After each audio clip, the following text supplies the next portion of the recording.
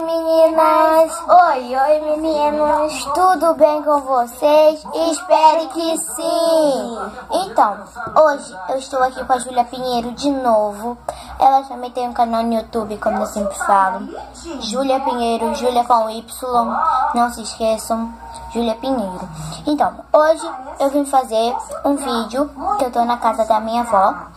E hoje a gente veio fazer um vídeo 5 coisas que me irritam. Eu sempre faço. Então vamos lá. A primeira coisa que me irrita é quando a pessoa chega perto de mim e eu tô vendo vídeo.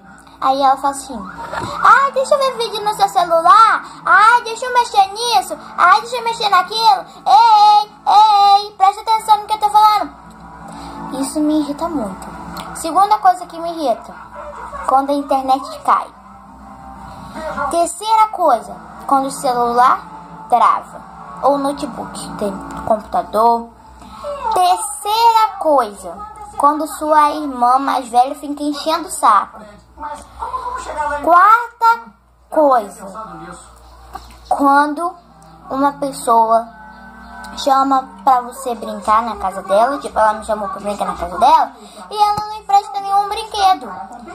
Quinta coisa é quando a pessoa é falciane. Quando a pessoa fala assim, tipo, ela rasgou minha roupa. Aí ela vai falar, e ela vai falar pra minha avó que eu rasguei minha roupa. Então, isso me irrita muito. Então, meninas, espero que vocês tenham gostado desse vídeo.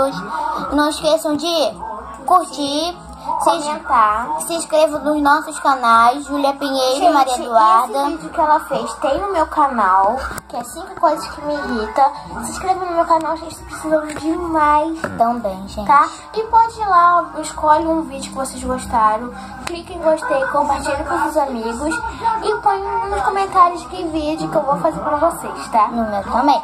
Então, ontem a gente fez a decoração do meu quarto, que tava assim, cheio de coisinha. Bom, espero que vocês tenham gostado. Tchau!